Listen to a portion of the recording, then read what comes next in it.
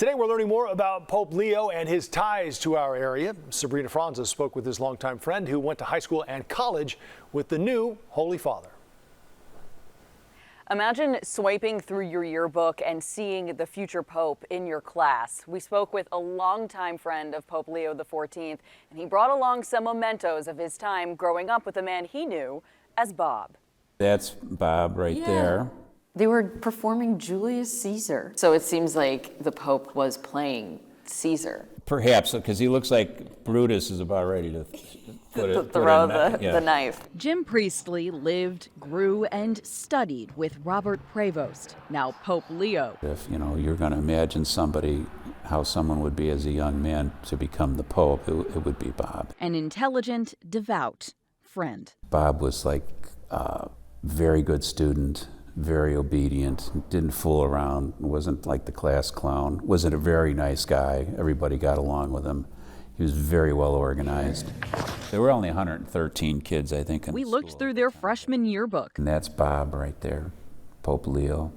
And that's me, because it's alphabetical order, so I'm next to him. And a photo from their high school graduation. This is the Pope right here on one knee, and then for what it's worth, that's me directly behind him. The St. Augustine Prep Cemetery class of 73, a boarding school now closed in Michigan.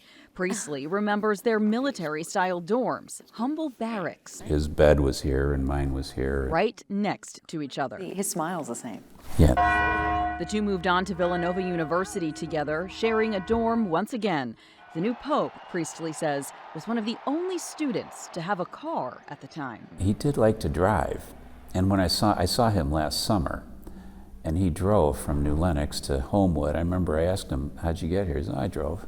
And I'm sure he'll kind of miss driving, because I don't think they let the Pope drive a car. We asked if the new pontiff preferred deep dish or tavern style, at least in his high school and college years. He would be very diplomatic in discussing it if you were to ask him. He would say probably that he likes both of them. In this Cubs Sox thing, he might say, well, I'm a Sox fan, but I like the Cubs too. He might say something like that, because he's a bridge builder. Jim told us he honored and prayed for his friend today at his hometown church at St. Raphael in Naperville. He says the last time he saw Pope Leo was just about a year ago, until he saw his friend walk out on the balcony over St. Peter's Square. In the newsroom, Sabrina Franza, CBS News, Chicago. You can find complete coverage of the historic election of Pope Leo, Chicago's Pope, on our website, cbschicago.com.